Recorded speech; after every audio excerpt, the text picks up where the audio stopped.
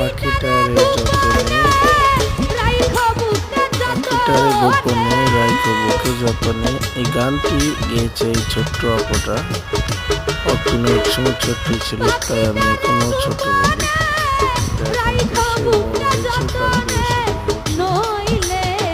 এখন তাকে ছোট বলা যাবে না, এখন তাকে ছোট বলা যাবে না, এখন তাকে বলতে হবে বড় শিল্পী। খুবই চমৎকার গান গায়,